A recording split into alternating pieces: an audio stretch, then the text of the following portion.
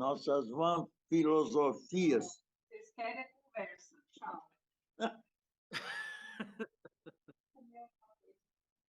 Mas uma coisa eu achei importante esse nosso bate-papo, assim, eu, Armênio, o Júnior, e se tivesse outros seria melhor, penso eu que seria melhor, onde a gente faria transformaria numa mesa de bate-papo. Podemos fazer isso, mas não aqui na aula, tá? Aliás, eu vou fazer aqui. Eu vou fazer aqui uma provocação. Ainda não entrou nenhum aluno e nós estamos com 6 minutos. Em 2h10 a gente começa a aula, tá? Tá. Eu vou fazer aqui uma provocação porque eu estou escrevendo uma série de crônicas onde tem um crente que chama José Ninguém, certo? E tem um anjo que está meio chateado com tudo que está acontecendo e ele resolve tirar férias de ser o guardião da igreja local e diz que tira férias na casa do José Ninguém. Certo? Certo. E aí o anjo, ele começa a crônica dizendo assim, a Jailce está entrando agora, se conectando, ela pode ouvir o finalzinho da conversa antes de a gente começar a aula. E aí o anjo, ele chega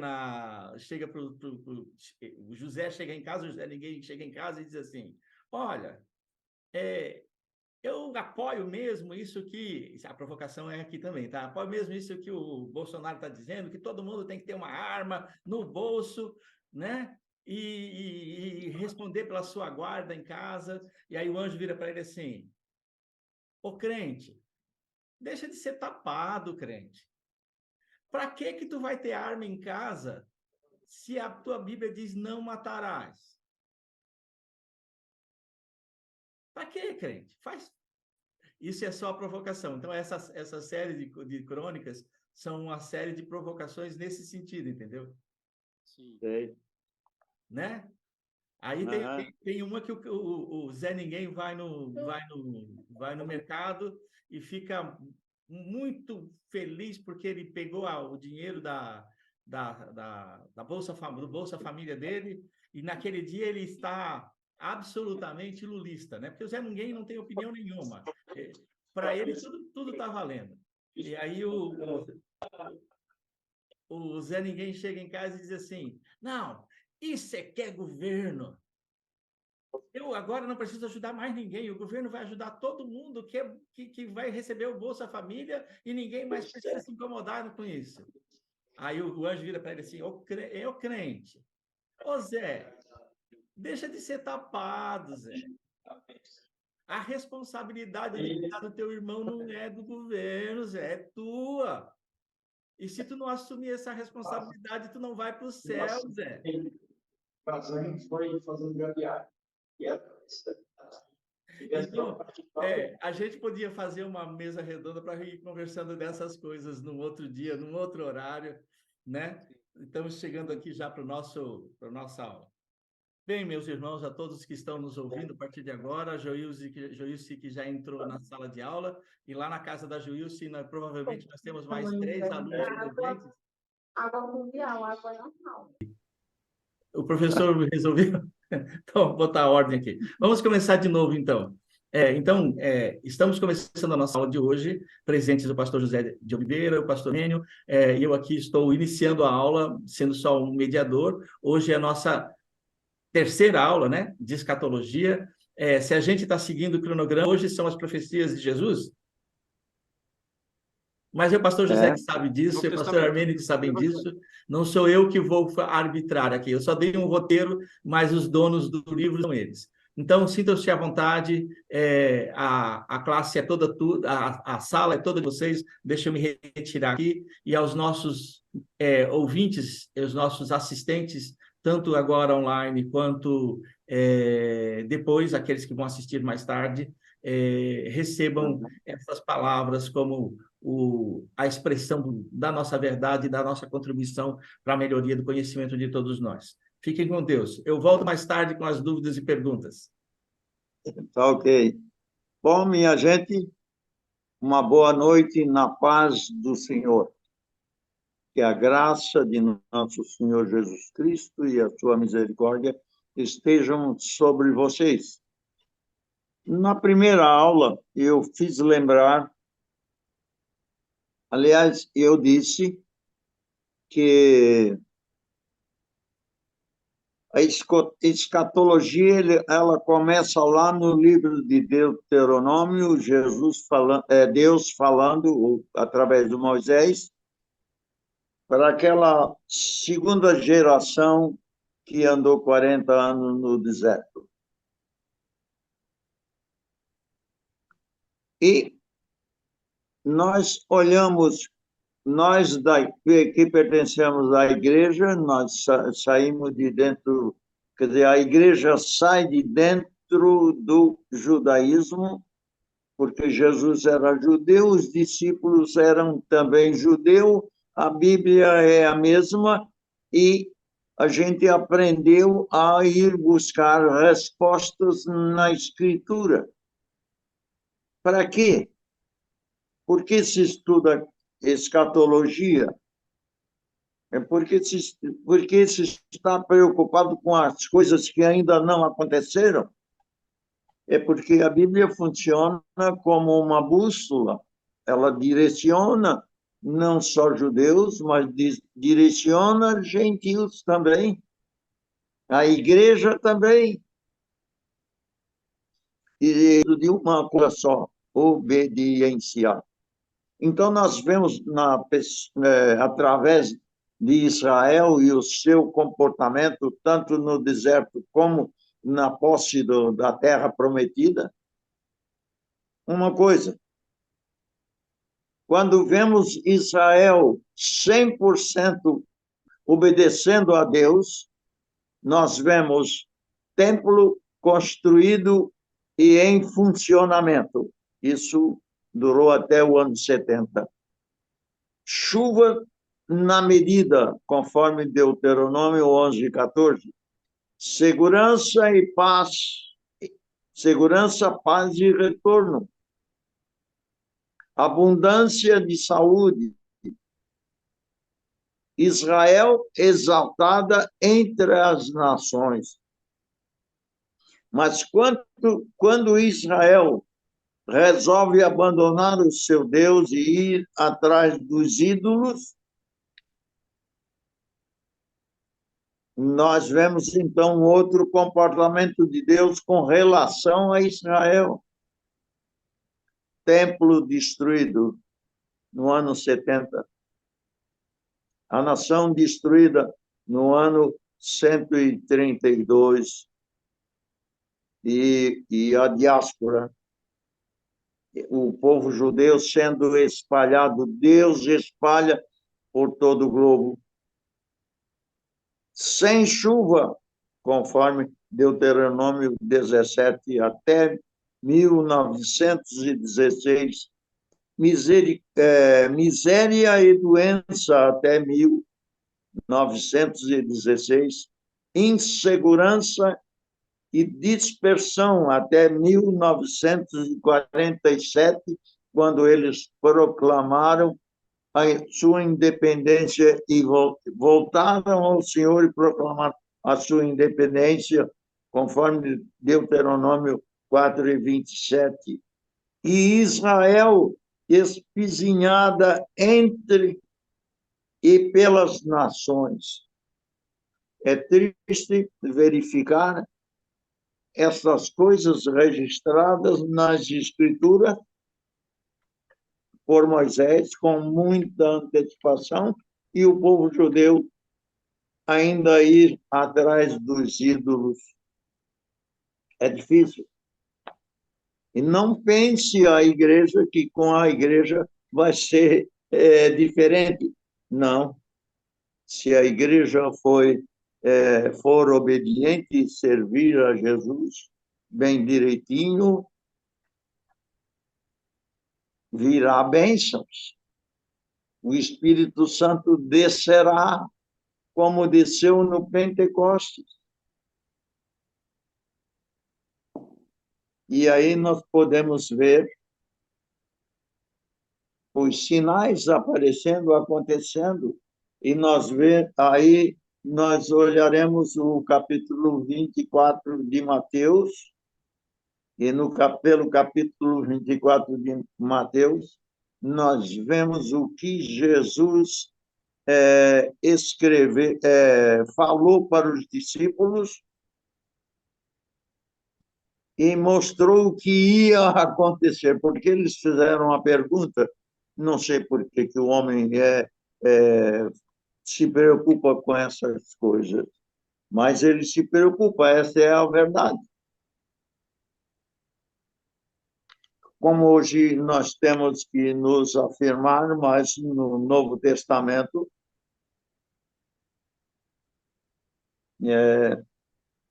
e nós vamos fazer isso, mas o Antigo Testamento, as situações criadas de santidade ou não, ou de rebeldia em Israel, estão tudo juntas, estão todas juntas. E é impossível falar de uma coisa sem, às vezes, fazer referência a outra coisa. Então, por exemplo, com relação à vinda de Jesus, os sinais das Escrituras, através dos profetas, é para a igreja, é para Israel e para os gentios. E quando foi que Jesus falou essas coisas? Quando o segundo templo ainda estava de pé. Ele andava e passeava por ele devia ser o rei naquela época. Ele deveria estar, o povo deveria ter reconhecido o seu Messias e aberto os braços para recebê-lo. Mas não fizeram assim. Não fizeram assim. Fizeram ao contrário, botaram ele na cruz.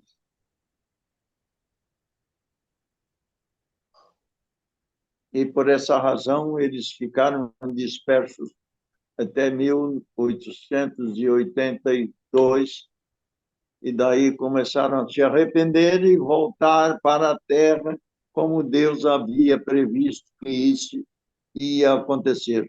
E Moisés escreveu essas coisas lá no Deuteronômio, para que todo mundo soubesse que Deus governa a terra e o povo que está em cima dela. Seja gentio, seja igreja, seja Israel. Bem certinho, e essa coisa bem acomodada, cada um nos seus lugares, é o projeto de Deus. Porque, no fundo, nós temos um projeto divino de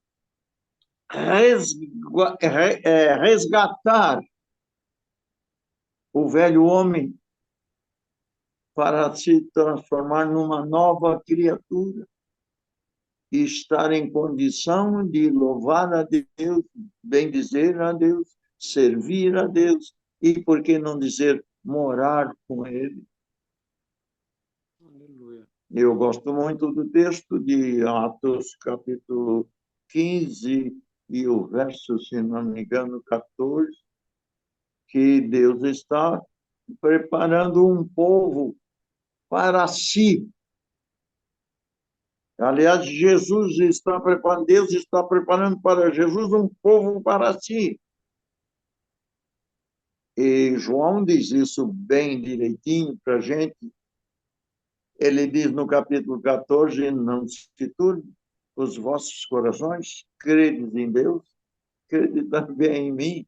Na casa do meu pai há muitas moradas, e se não fosse assim, eu teria dito, vou preparar um lugar. E quando eu for e vos preparar lugar, virei outra vez e vos levarei para mim mesmo, para que onde eu estiver, estejais vós também. Aqui foi Verso lembrou de novo o peixe. muito extraordinário. A tia foi buscar um bombom, a tia foi buscar um bombom. Um pirulito. Então, nós, olhando a Escritura, sem aquela tabuleta de teologia, a Bíblia é simples, deixando o Espírito Santo nos recordar e até ensinar aquilo que às vezes as nossas mentes não alcançam, nós teremos uma bela revelação. Olha bem uma coisinha que eu vou dizer e logo em seguida vai falar também aqui conosco, nesse bate-papo, o pastor Armênio. Não esqueça de que quando Deus apresentou, quando Moisés apresentou a tenda da congregação para a congregação, que o Rabino Meyer, da Flórida, traduzindo a Torá bilíngue, ele disse a tenda da assinação. E eu disse, o Rabino errou aqui. Eu disse para mim, o Rabino errou aqui. E fui atrás de uma explicação para isso.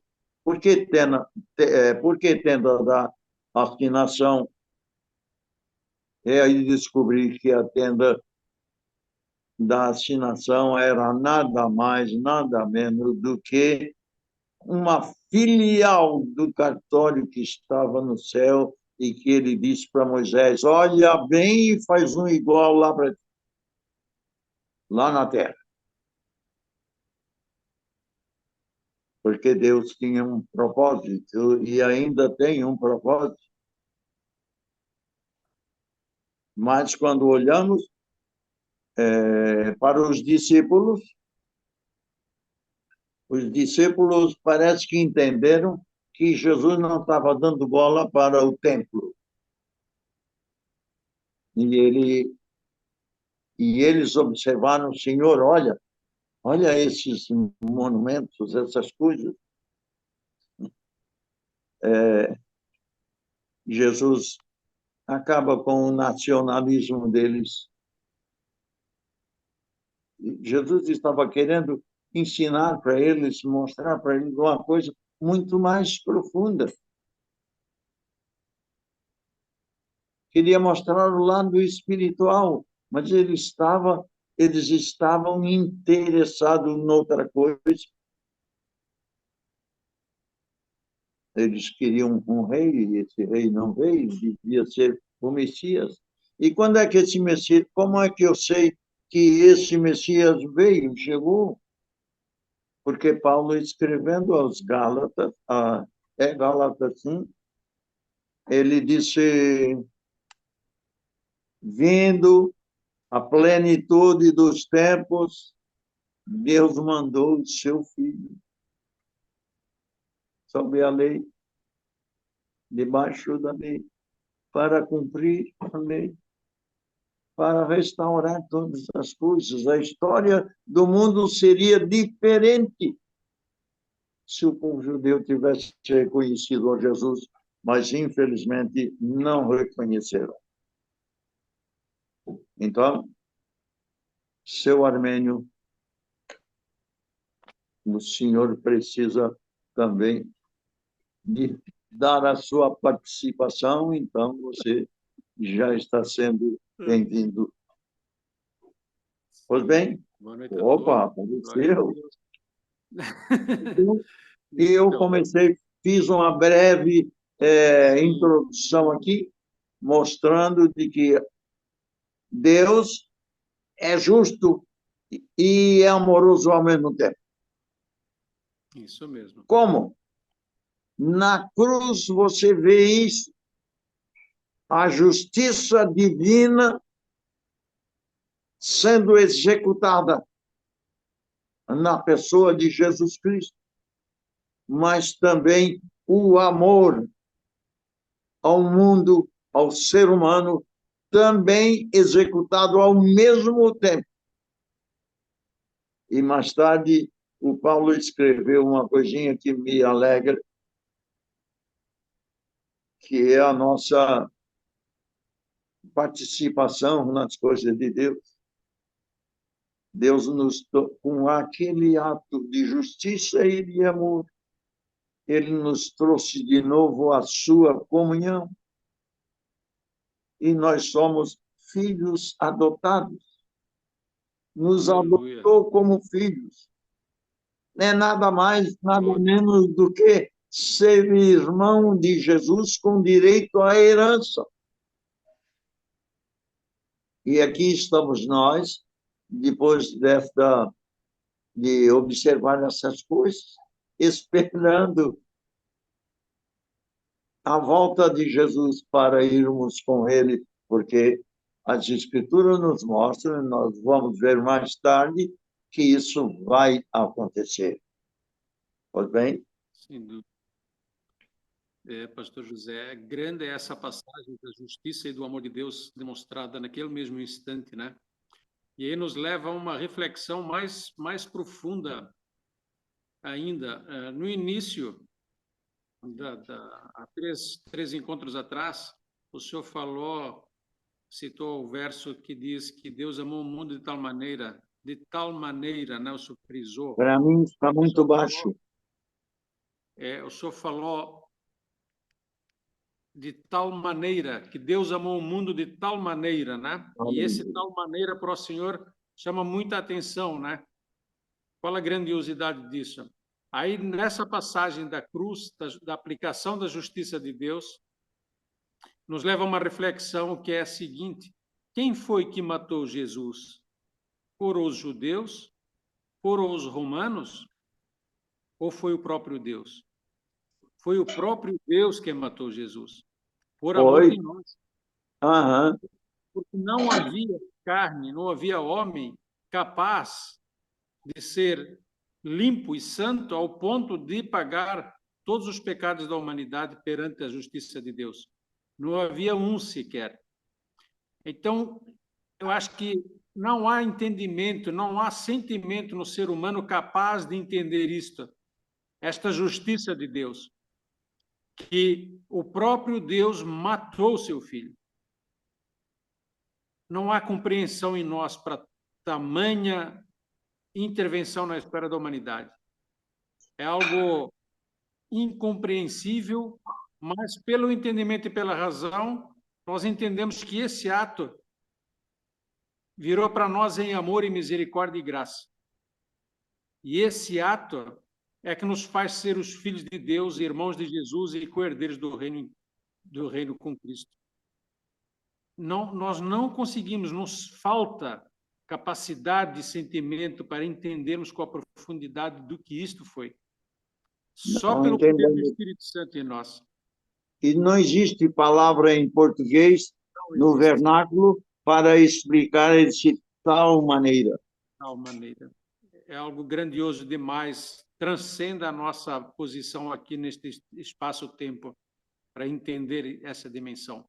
Mas é nessas condições que nós estamos aqui, e graças a Deus por isso, mesmo que a gente não entenda na profundidade, mas nós entendemos que somos salvos pelo poder do sangue de Jesus. Então, nessa continuação, hoje nós estamos falando ali nos evangelhos, né?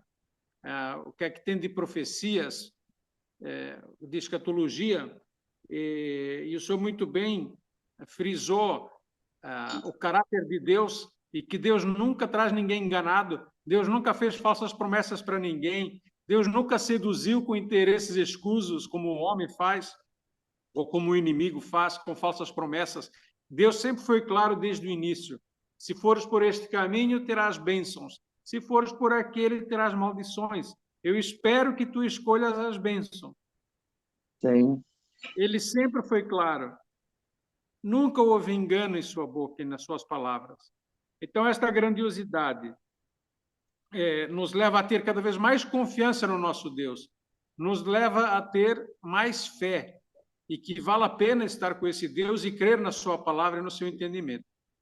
Então, dito isso, e dentro do que o senhor falou, que chegamos então agora no Novo Testamento, e aqui nós temos vários cumprimentos de profecias do Velho que nós citamos lá. Nós citamos profecias em Deuteronômio, citamos profecias em Isaías, em Daniel, né? E um dos grandes sinais da primeira vinda de Jesus, podemos acompanhar aqui no livro de Lucas, no capítulo 1, foi o aparecimento de João Batista, conforme profetizado em Isaías. E João Batista era filho de Zacarias. E Zacarias era sacerdote. E Zacarias e sua esposa Isabel nunca tiveram filhos. Eles já eram idosos. Mas naquele dia do sacrifício, da oferta a Deus, quando Zacarias entra no Santo dos Santos do templo, o anjo aparece a Zacarias e faz a promessa, né? E diz assim, Lucas, capítulo 1, verso 13, diz assim: mas o anjo lhe disse, Zacarias, não temas, porque a tua oração foi ouvida, e Isabel, tua mulher, dará à luz um filho, e lhe porás o nome de João. Verso 15, porque será grande diante do Senhor, e não beberá vinho nem bebida forte, e será cheio do Espírito Santo, já desde o ventre da sua mãe. E converterá muitos dos filhos de Israel ao Senhor seu Deus, e irá diante dele no espírito e virtude de Elias, para converter o coração dos pais aos filhos e os rebeldes à prudência dos justos, com o fim de preparar ao Senhor um povo bem disposto. Glória a Deus pela sua palavra. Então, aqui nós temos o início do cumprimento das profecias do Velho Testamento para a primeira vinda de Jesus Cristo, com um precursor, que é o João Batista, né? Que foste ver no deserto um caniço agitado pelo vento, profecia de Isaías, né?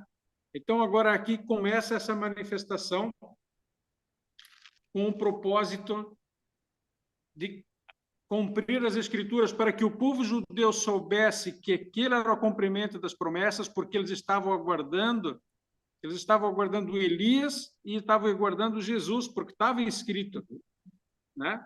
E nós vamos ver aqui que tem várias... essa história continua, né? Depois Isabel engravida, Zacarias ficou mudo porque duvidou da promessa do anjo, ele ficou mudo durante toda a gestação, e depois, quando João Batista nasceu, então o Zacarias, o pai dele, voltou a falar. Então, todo esse contexto de um casal idoso que nunca gerou filhos e teve um filho, e o pai, quando foi no Santo dos Santos interceder pelo povo, oferecendo a Deus, ele voltou mudo e ficou mudo 9 meses, são grandes sinais dentro de um contexto hebraico, dentro de um contexto judaico, que é uma sociedade conservadora, é uma sociedade fechada, sempre em volta do que Deus estava mandando, do que Deus estava orientando. Eles estavam esperando, era o tempo determinado por Deus para o aparecimento do Messias. Então, estes sinais são muito fortes naquela sociedade. Um casal idoso tendo um filho, o homem ficou mudo durante 9 meses, depois ele volta a falar, dizendo qual era o nome do seu filho. Só isto é grandioso demais. A Bíblia não entra em detalhes de que impacto isto teve na sociedade de Israel, mas isto é uma grande pregação, é um grande cumprimento dessa profecia, porque ela chama a atenção, ela aconteceu dentro do templo, ela aconteceu por um sacerdote conhecido, ela aconteceu nesse mundo que estava esperando o Messias. E estes sinais, eles falam para nós, como entendendo a realidade das promessas de Deus, como igreja que nós somos hoje, para a segunda vinda dele. Porque a gente olhando hoje as coisas que estão acontecendo, a gente percebe que a maior parte da igreja ela está dormindo. Ainda que os sinais sejam grandiosos que estão acontecendo no mundo, nas nações, na economia, nas guerras, conforme a gente vai ver várias passagens dos sinais que antecedem a segunda vinda, ainda assim a igreja parece que está em dormência, ela está distraída, ela não está esperando o Messias ou o seu Redentor como o povo judeu estava. Eu creio, por entendimento, eu creio que o povo judeu estava mais antenado na vinda do que a igreja está hoje. Isso é a minha percepção pessoal. Não sei se a sua também é assim, pastor. Porque eles conheceram, eu acho que eles conhecendo a Jesus e vendo o que ele fazia,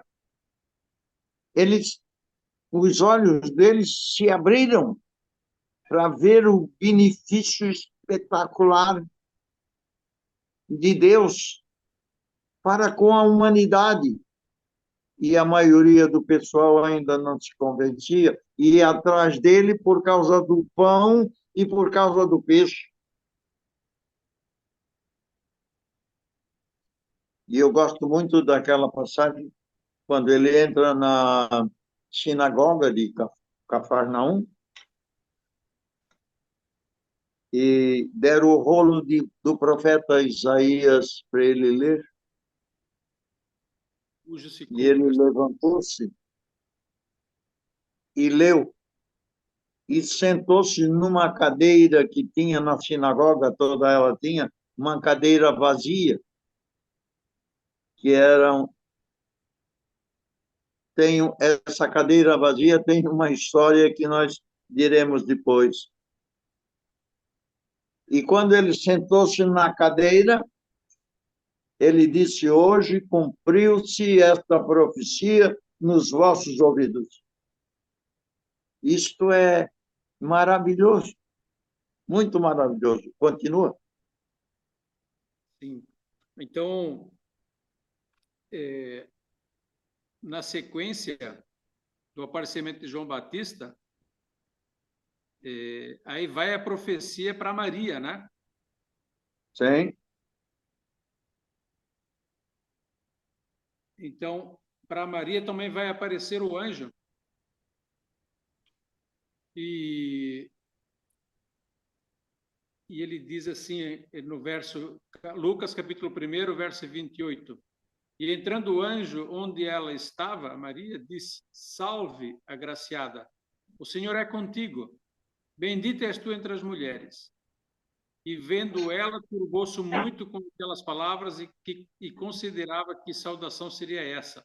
E disse-lhe então o anjo: Maria, não temas, porque achaste graça diante de Deus. E eis que em teu ventre conceberás e darás à luz um filho, e por-lhe-ás o nome de Jesus. Este será grande e será chamado Filho do Altíssimo, e o Senhor Deus lhe dará o trono de Davi, seu pai, e reinará eternamente na casa de Jacó, e o seu reino não terá fim. Glória a Deus pela sua palavra. Então, aqui ainda está no particular a promessa para que a Maria entendesse o que estava acontecendo, a parte da participação dela nesse feito é a materialização do mundo espiritual no mundo físico. O ventre das mulheres é a única porta de entrada no mundo físico para as almas de Deus, porque o espírito é de Deus, a alma é de Deus, tudo é de Deus. E a porta de entrada para este mundo é o ventre das mulheres. Então, para que ela entendesse e para que ficasse registrado, né? Depois a gente conhece a história do que foi acontecendo. José ficou temeroso porque ele conheceu o caráter da Maria, sabia que ela não estava fazendo nada de errado, mas também sabia que para engravidar tinha que ter uma semente. E ele quis deixar ela em segredo, mas ele, querendo deixá-la em segredo, ou também em sonho Deus falou com José para que não fizesse isso e explicou o que estava acontecendo também para José. Então, este é outro grande sinal, que ele é confirmado agora de uma maneira mais sobrenatural, talvez, mas também muito sobrenatural, que é o aparecimento dos magos vindos do Oriente, que não são judeus, e eles vêm e aparecem no dia ou naqueles dias em que Jesus nasceu, que estava lá na manjedoura, que estava lá no estábulo com os animais, porque não havia lugar na estalagem. este ato em si, que ele está registrado, mas eu acho que não se fala muito sobre ele, ele é muito profundo. Porque, veja, não-judeus vêm do Oriente, uma viagem de meses naquele tempo, e eles vêm com um propósito, com um objetivo específico, esperar o Rei dos Reis. E eles trazem ofertas para ele, para adorá-lo. Aí eu me pergunto, eles chegam em Israel, eles chegam em Jerusalém, e eles vão procurar as autoridades, eles vão procurar Herodes. Ei, onde está aquele que é nascido rei dos judeus? E as autoridades não sabem. Isso, para mim, me choca, porque os estrangeiros sabiam e chegaram no momento certo, mas os da própria casa que estavam esperando este rei não sabiam. E aí o Herodes, que é a autoridade, então, política, ele vai aos fariseus e saduceus e pergunta aonde havia de nascer o rei prometido das profecias. Então, esta pequena passagem, ela fala muito para nós. Nós somos igreja, mas realmente nós estamos esperando o nosso Senhor, que a gente diz que é nosso Senhor, realmente a gente está esperando Ele? A gente sabe o tempo que Ele vai chegar? Isso chama muita atenção. O que o senhor acha, pastor José? O que eu acho é que o povo ainda está querendo escolher uma data, querendo saber uma data, para quando Jesus vem, que é para... Naquela época, ele se apronta direitinho, bonitinho. Isto é o que está na ideia do povo. Eu cheguei às minhas conclusões a duras penas, porque eu fui ensinado de outra maneira. Mas hoje, quando comecei a pedir e orar para Jesus me esclarecer certas coisas, mudou a minha maneira de pensar. Por quê? Com relação a isso? Porque não precisa marcar, para a igreja não precisa marcar data nenhuma. Por quê? Porque Paulo escreve aos Efésios que ela vive nas regiões celestiais em Cristo. Consequentemente, ela só consegue ficar nas regiões celestiais em Cristo devidamente vestida, branco, impecável, sem mancha, pronta para ir com ele, encontrar-se com ele a qualquer hora. Então, eu penso da seguinte maneira: ontem não existe, já foi. Amanhã, não sei. Não sei se amanhã eu acordo vivo, não sei. Qual é o tempo que Jesus pode vir? É um tempo só, agora. Ou você está preparado agora, ou vai perder o bonde. É isso aí. Então, de vez em quando me pergunta, mas o irmão que estuda a profecia não sabe dizer que data ele pode vir. Ele pode vir sempre, agora.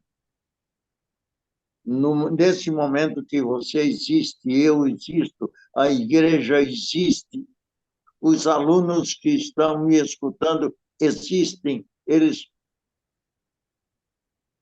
Jesus pode vir agora. Só existe esse tempo agora.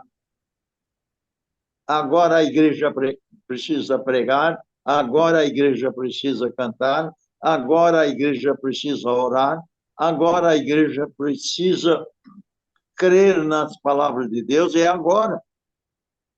Não é ontem, ontem já foi, é agora. Agora é o momento que o Espírito Santo nos ensina. Agora o Espírito Santo nos faz lembrar daquilo que Jesus ensinou. É agora, é no tempo agora que ele nos dá a revelação de acordo com as Escrituras, é agora.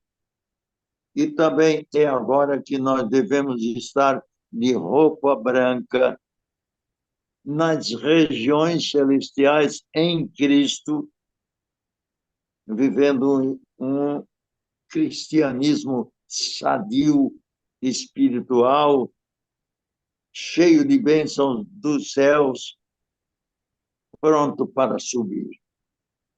Quando vamos subir? Agora. Não existe outro tempo, é agora. Parece que eu não disse nada, mas disse sim. É agora. O cristianismo não é para servir amanhã, é agora.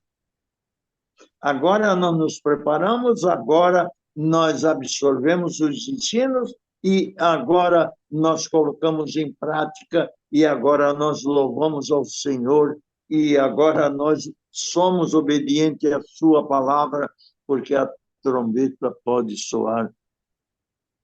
E só vai soar agora. E para mim esse agora é tão importante quanto o tal maneira. Sim. De tal maneira que... Quem explica tal maneira? Quem explica? Sabemos de alguma coisa que vai acontecer no tempo certo, mas nunca dá a hora exata e o dia exato não dá, porque a Escritura só se cumpre agora. Sem dúvida. Ser cristão não é para domingo que... somente, né? Hein? Ser cristão não é para domingo somente, é para todos os dias. Não, não. Ser cristão é uma coisa para viver 24 horas por dia. Sem dúvida. Ser cristão é uma coisa para viver perdoando sempre. Sempre. Se arrependendo. Não guardar mágoa no coração.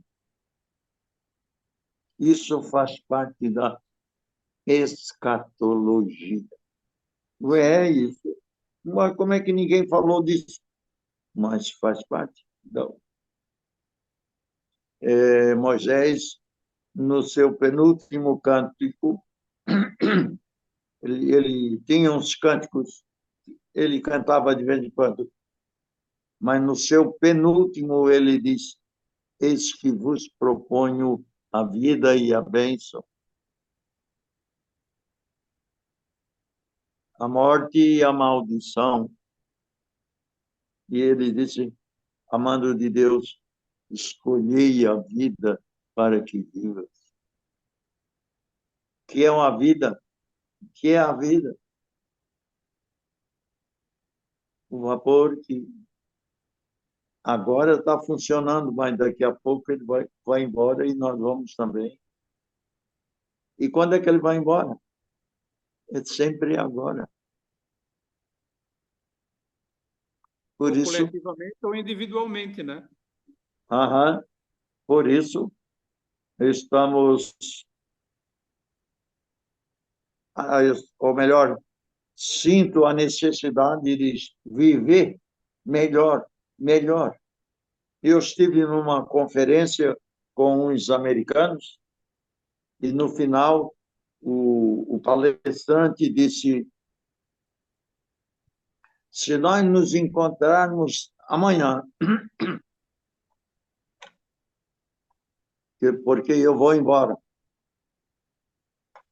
vocês vão ver que eu estou muito melhor do que estou hoje. Por quê? Não precisava nem fazer a pergunta por quê. Porque, pelo que ele ensinou, ele estava interessado 24 horas por dia para saber os mistérios da palavra e o que ele precisava fazer para glorificar e agradar o seu Jesus, o seu Deus.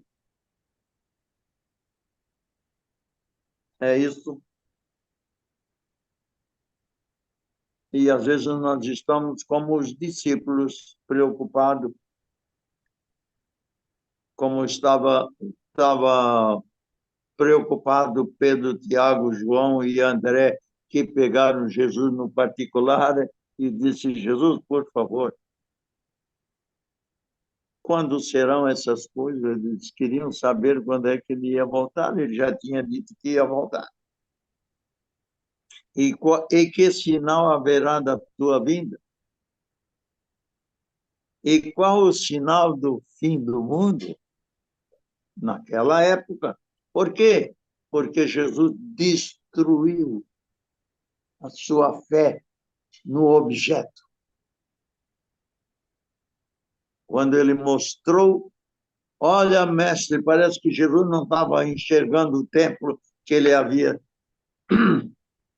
estado o tempo todo, os 30 anos que viveu aqui, a maioria do tempo ele estava no templo e pregava e falava, e os discípulos mostraram que ele não estava muito interessado, nem se admirou daquelas obras de Herodes, porque Herodes havia feito umas modificações e ficou muito bonito. E Jesus acaba com o negócio, com o orgulho deles. Não ficará pedra sobre pedra que não seja derribada. Pois bem, e eu penso que nós já chegamos na hora do seu Júnior começar as suas perguntas, não acha? Não sei se é já, eu acho que ainda vai mais um pouquinho. Então, mas quando for, ele mesmo vai entrar aí na sala, né? Ou na conversa, né?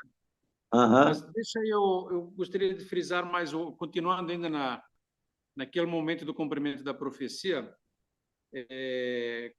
Então, as autoridades não estavam esperando, não estavam sabendo, mas os magos vieram lá do Oriente e estavam sabendo.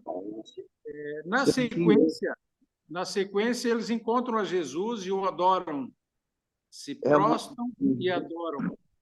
E aí o anjo do Senhor avisa os magos para não voltarem a avisar o Herodes, mas para irem por outro caminho.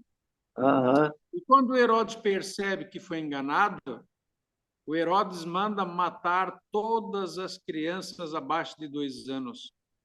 Aqui nós vemos o cumprimento de uma profecia que está em Jeremias, no 31:15, que diz assim: em Ramá se ouviu uma voz, lamentação, choro e grande pranto. Era Raquel chorando os seus filhos e não querendo ser consolada, porque já não existiam. E aqui mostra que este povo que estava esperando Jesus, cujas promessas tinham sido feitas, mostra o estado do coração destas lideranças, ao ponto de quererem matar o Messias, o Filho de Deus, porque eles sabiam que era o Filho de Deus, porque é cumprimento de profecia. Sim. Então, aqui mostra o estado de coração daquelas pessoas. Elas não estavam esperando o Messias como seu Salvador, como seu Senhor. Mas eles queriam ser o Senhor, eles queriam ser os dominadores, eles queriam o poder. E ao ponto de aí que entra as passagens que diz que a amizade com o mundo é inimizade com Deus. Os objetivos da carne, os objetivos deste mundo, a soberba da vida, o poder, todos os males da carne não tem nada a ver com Deus. Aqui fica muito claro o caráter de Deus e o caráter do inimigo. O fruto do Espírito e as obras da carne. Está lá em Efésios 5. Aqui fica claro de onde que nós somos, qual é a nossa origem. Aqui fica claro por que nós queremos o Messias, por que nós queremos a Cristo. Qual é o nosso interesse? É usá-lo a nosso favor para dominar ou é se submeter à sua vontade e glorificar o nome dele, conforme o senhor bem dizia anteriormente? Nós cremos realmente glorificar a Deus? Nós estamos esperando o Messias para glorificá-lo? Estas são as perguntas que o cristão tem que se fazer. Qual é a razão de viver? Por que eu quero Cristo? Por que eu estou aqui? Por que eu vou nas Escrituras? É para dizer que eu sei, que eu conheço? Ou é porque eu quero ser transformado por elas? Então, estes são os princípios que devem nortear a igreja, são os princípios que devem nortear aqueles que se dizem filhos de Deus. E assim, daquela forma, Deus também avisou a José para levar a criança para o Egito, e Jesus foi para o Egito de neném, e ele fugiu desta mortandade. Ou seja, Deus está no controle de todos os detalhes, ainda que o inimigo mate uma geração. Deus salva o que precisa para manter o seu reino intacto. Nada pode arranhar a soberania de Deus, nada. Ele é soberano sobre todas as coisas, digno, então, da nossa confiança, da nossa fé nas suas promessas. Para que a igreja não se curve a coisas que não deve, mas para que glorifique o nome de Deus, ainda que seja confrontado com a morte. E se olharmos as Escrituras com olhos simples, nós vamos com um desejo de glorificar ao Senhor Jesus. Nós vemos que Jesus se preocupa com os discípulos, se preocupando com os discípulos, ele ensina os discípulos como se conduzir durante a plenitude dos tempos. Esse tempo, essa plenitude do tempo que ele inaugurou vindo aqui. Nossa história podia ser completamente diferente se o judeu tivesse aceitado ele como Messias. Porque olhando esses textos da Escritura, nós vemos, e eu vi até de um autor, eu não sei o nome agora, que ele descobriu, judeu, hein? Descobriu dois Messias. A Escritura fala de dois Messias. O Messias sofredor e o outro Messias. E o outro Messias. O Messias poderoso, o Messias rei, o Messias, aquele Messias que descerá como nuvens no céu.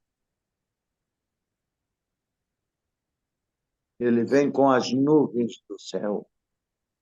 E eu me alegro quando leio aqueles textos de Joel, Oséias, Zacarias. Isso me alegra, porque nós vemos cada dia, estamos acostumados a ver cada dia o cumprimento de uma profecia desta. A rigor. E se perguntarmos até onde vai o tempo da graça, Senhor, porque nós estamos vivendo o tempo da graça, não é? É o homem dirigido pelo homem, mas também estamos vivendo o tempo da graça, da possibilidade de o homem voltar a Deus, não ser condenado, não é? Não ser condenado. E aí, o doutor Lucas não era judeu, Lucas era um gentil, e ele conheceu o Evangelho segundo os escritos de fora, extra-bíblia. Ele era filho do homem que cuidava das finanças de um centurião. Como o centurião tinha uma filha com uma doença incurável, ele mandou o Lucas estudar para ver se arranjava um remédio para a filha dele. Não arranjou. Mas ele conheceu Paulo e, como médico, ele foi para o Oriente. A fama de Jesus era muito forte.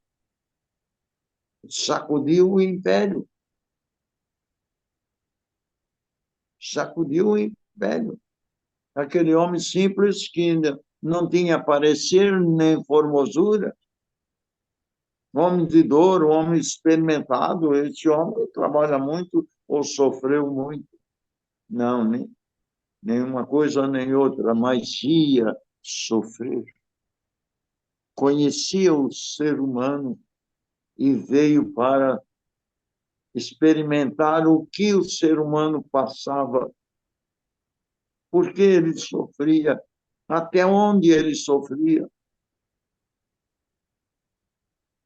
E Lucas teve a oportunidade de buscar na fonte todas as coisas. Eu acho esse evangelho muito extraordinário. E ele disse: Jerusalém será pisado pelos gentios até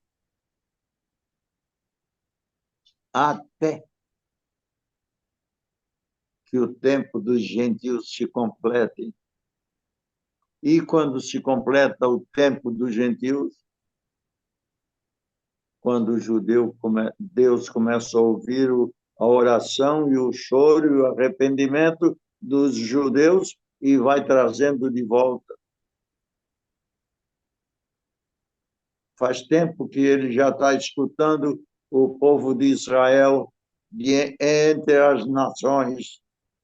E ele, hoje, antes ele era um escravo, mas hoje eles têm uma pátria. Não é mais um povo nômade, não é mais um povo que estava perseguido de um lado, perseguido do outro, mas é um povo independente. E se você olhar Israel hoje, você vê que ele desfruta de uma grande bênção dos céus. Isto é maravilhoso, muito maravilhoso. Então, aqui nós temos alguns minutos? Não. Sim. Nós temos alguns minutos ainda mais? Temos sim. Então, aí, na continuação, então José volta para Israel, para volta para Nazaré. quando o anjo manda ele voltar, porque Herodes havia morrido, já podia voltar. E cumprindo de novo profecias, né, dizendo que iria chamar sempre cumprindo profecias, sempre. Isso. E Cada passo. Todos estes registros.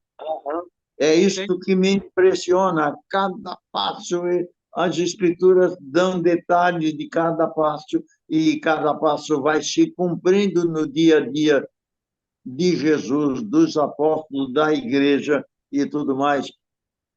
E não perdendo de vista. Sim. Dos judeus também. Sim. Porque, como está escrito, nos últimos dias, ele haveria de se arrepender, orar a Deus com a alma, e Deus, então, traria-o de volta. O judeu nunca deixou de ser judeu. O judeu, mesmo servindo os ídolos assim, imposto de cima para baixo, ele tinha noção daquilo e ele não deixava de ser judeu e estar. Deus estava preparando para ele receber as bênçãos mais lá adiante. E isso se cumpre na frente dos nossos olhos hoje. E os cumprimentos com relação a Jerusalém, Deus amado, ainda hoje, Jerusalém objeto de conquista.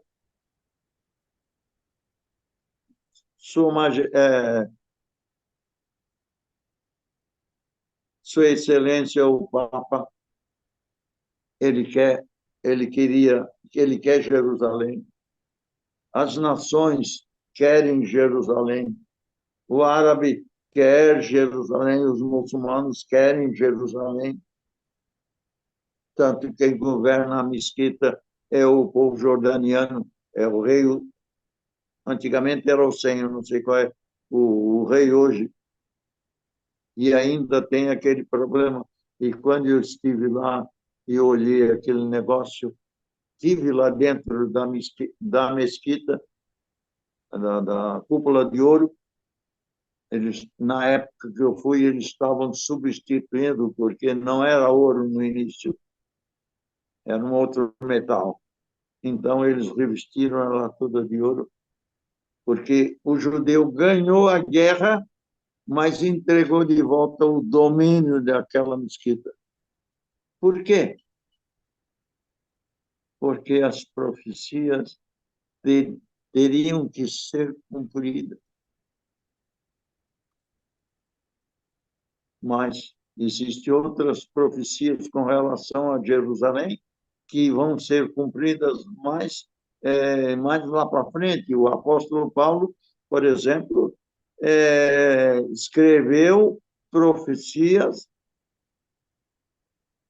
lá nas suas cartas para a igreja. E é interessante olhar, é interessante ver que no tempo de Jesus e no tempo dos apóstolos não existia Novo Testamento, tá? Às vezes o pessoal não raciocina as coisas direito porque eles parecem que lá no tempo de Jesus já estava tudo pronto, essa Bíblia. Não, não estava, não. Não está, não. Eles só tinham até Malaquias, se bem que a disposição dos livros são diferentes. O último livro do Antigo Testamento não é Malaquias, é Segunda Crônica. Sim. Então, é uma outra disposição. Os mesmos livros, mas uma outra disposição. Sim. E a Bíblia que eles tinham era só até lá. E onde é que eles arranjaram argumento para escrever o Novo Testamento? 1, a vida de Jesus. Sim. 2, as profecias com relação a Jesus. 3, a igreja. Então, isso foi formando aí e quem eram os crentes que entendiam de Bíblia naquele tempo? Aqueles especialistas que tinha no meio do judeu aceitaram Jesus como Salvador, como Paulo. Como Paulo. O Paulo era um homem criado aos pés de Gamaliel. Sim. Pastor, deixa eu terminar um assunto aqui que está quase acabando o nosso tempo. Foi não. Pode ser? Aí depois, então, da volta do Egito, aí nas Escrituras vai para o capítulo 3 de Mateus, e é onde começa o ministério de João Batista. Uhum. Começa dizendo: arrependei-vos, porque é chegado o reino dos céus.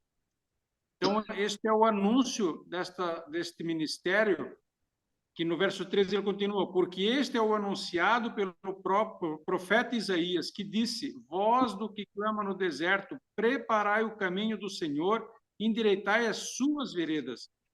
Então, cumprimento de profecia, e agora mostra qual é o propósito.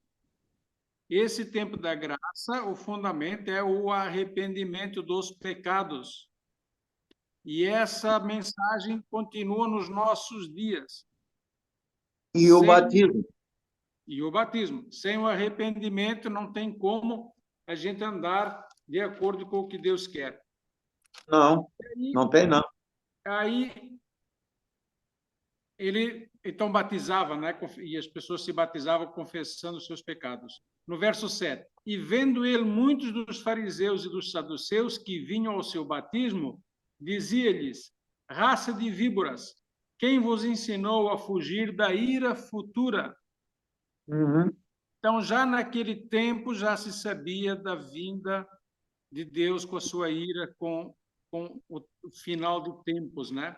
E aí ele fala no verso 8, produzi, pois, frutos dignos de arrependimento.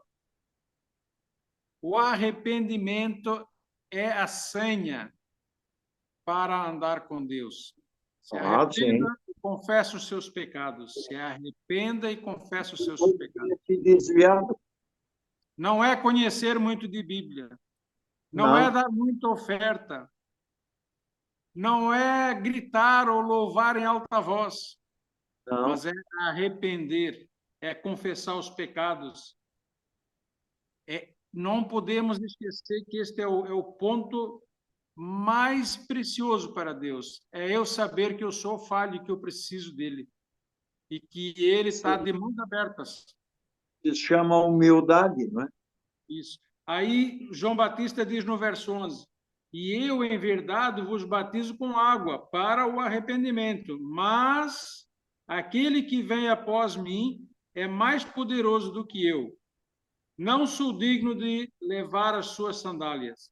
Ele vos batizará com o Espírito Santo e com fogo.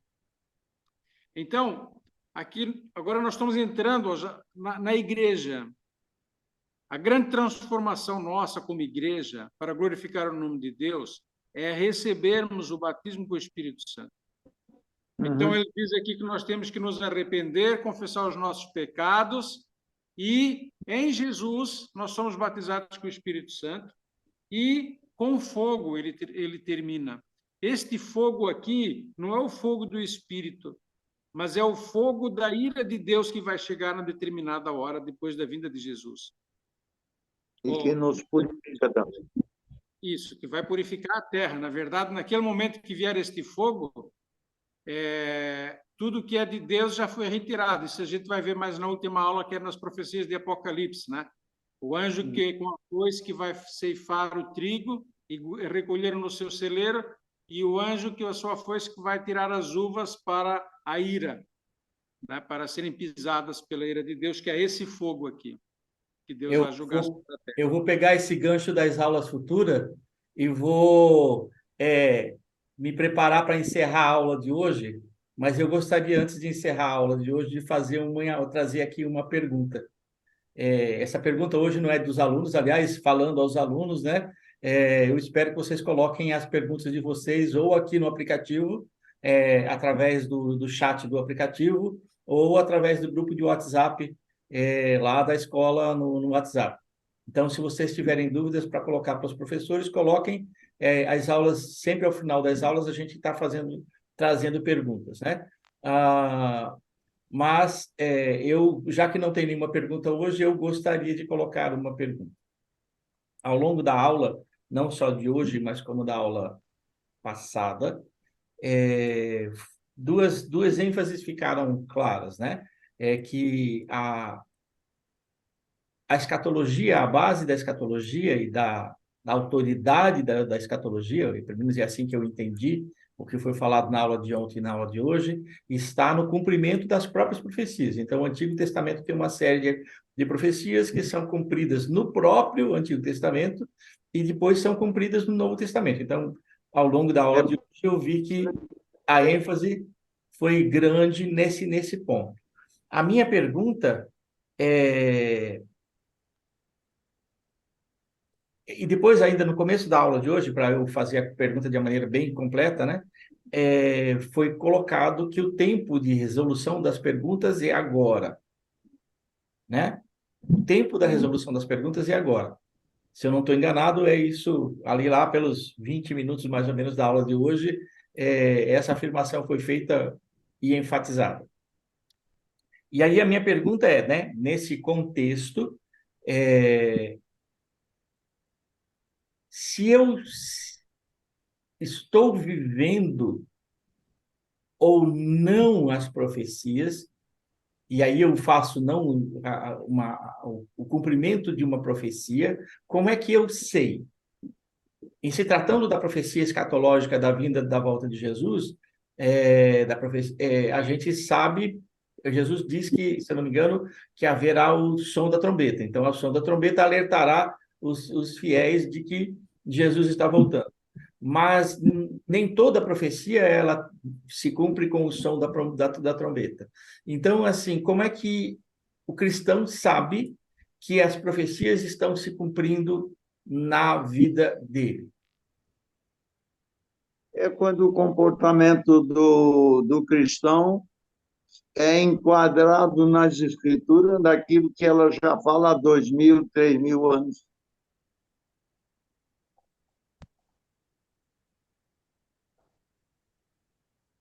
A escritura previu. Se olharmos o Velho Testamento, Deus fala o fim antes que comece a coisa. Parece que ele fez tudo e depois olhou para ver se não tinha nenhuma falha. Mas como é que eu sei que as profecias estão se cumprindo? Por exemplo, a profecia de Zacarias, quando eu uso a figura do menino que vê Jesus, Jesus vai vir e vai ainda morar em Jerusalém. O último templo, para mim, não vai ter santo dos santos, como a gente conhece hoje. Para mim, o último templo terá uma cadeira para o rei, porque sentar-se-á ali o santo dos santos. Quem é? Jesus. Ele governará dali do santo dos santos. Sem o Todo véu. mundo, hein? A sala vai estar aberta com ele dentro. Com ele dentro, perfeitamente.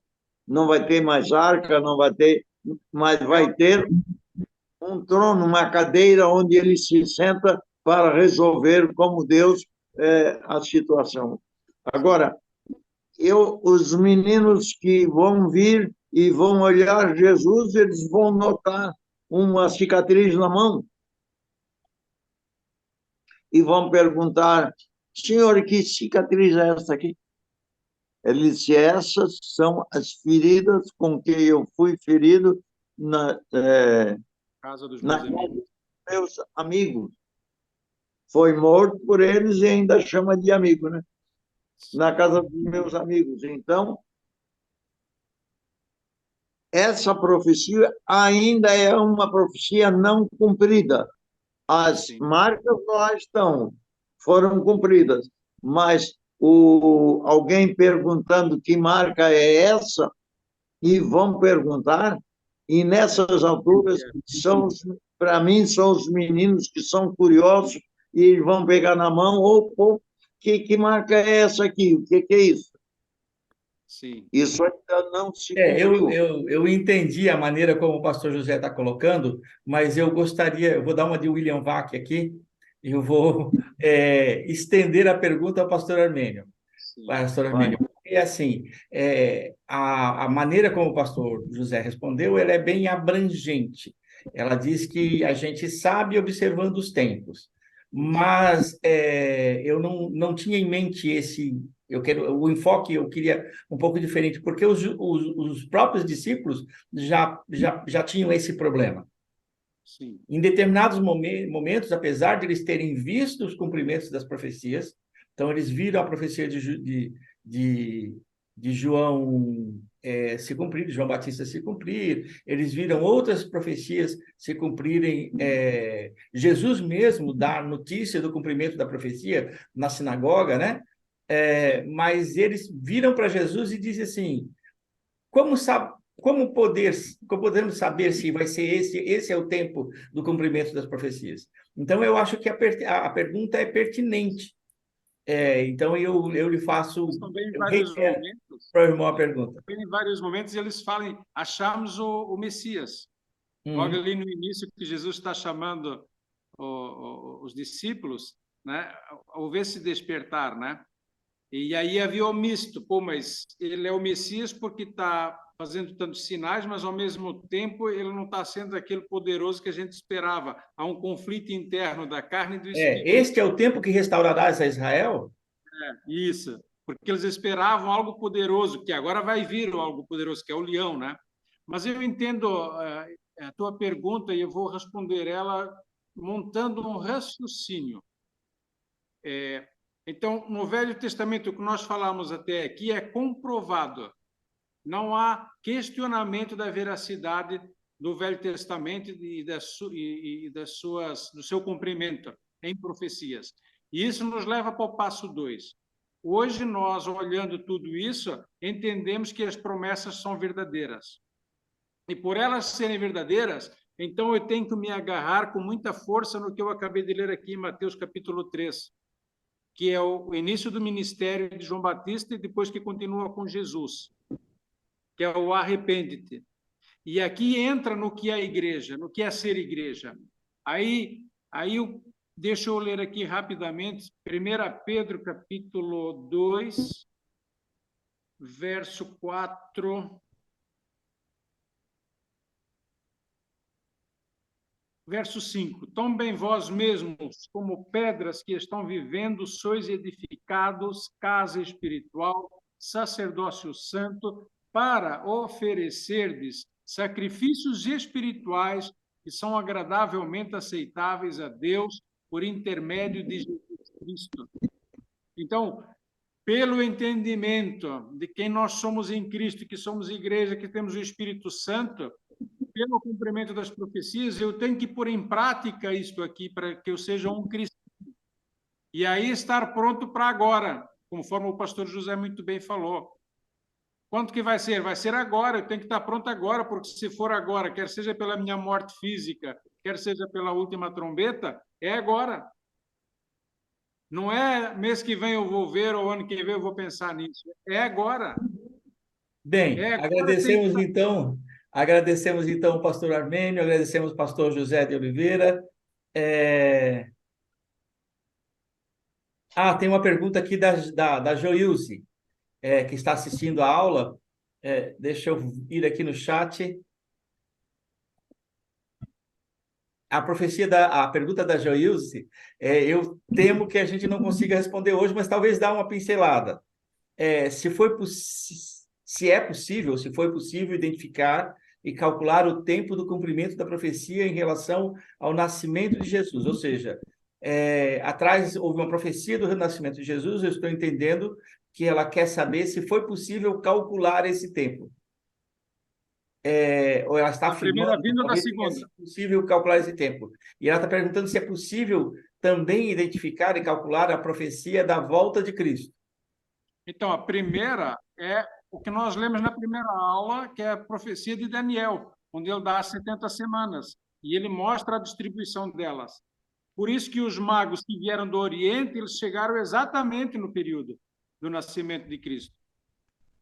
E aqui nos leva a outra informação, como é que esses magos do Oriente vieram para ali? Provavelmente, ou com certeza, eles foram, de alguma forma, discípulos de Daniel no passado. Daniel, lá na Babilônia, foi o diretor dos magos, né? Ele tinha essa incumbência. Então, ele pregou o reino do Deus dos céus. E os sinais na Babilônia foram muito grandes também. Então, ele fez discípulos na Babilônia. Ouvimos a resposta aí do pastor Armênio. Eu não vou deixar ele se estender muito hoje, porque esse é o tema, Joilce, da última aula que a gente vai dar aqui, né? Eu já combinei com os pastores que a nona aula, com a participação deles, é claro, eles estarão juntos para comentar tudo o que eu vou dizer, mas a nona aula vai ser a minha aula. Então, uma resposta mais detalhada, a gente vai ter aí mais ou menos 1 hora e meia, para responder daqui a algumas semanas. Então, só aguarde um pouquinho, Joilce, que a gente volta a isso lá na frente, né? E se quiser convidar outras pessoas para assistir a aula, não tem problema não. A gente aceita alunos ouvintes aqui sem nenhuma restrição. Então, deixa eu voltar ao meu agradecimento ao pastor José, ao pastor Armênio. Minha promessa, Joilce, que a gente volta na nona semana desse tópico que a gente está ministrando, para discutir esse assunto do cálculo da vinda de Jesus, um pouco mais de detalhe lá na frente, né? Então, fiquem com Deus. Os alunos que estão ouvindo a aula posteriormente podem mandar as perguntas e a gente submete na aula seguinte. Então, não fiquem avexados aí, nem contidos. Coloquem as perguntas sim. Fiquem com Deus. Deus abençoe todos vocês. Mais uma vez, obrigado. De nada. Boa noite. Uma boa noite para vocês. Deus abençoe.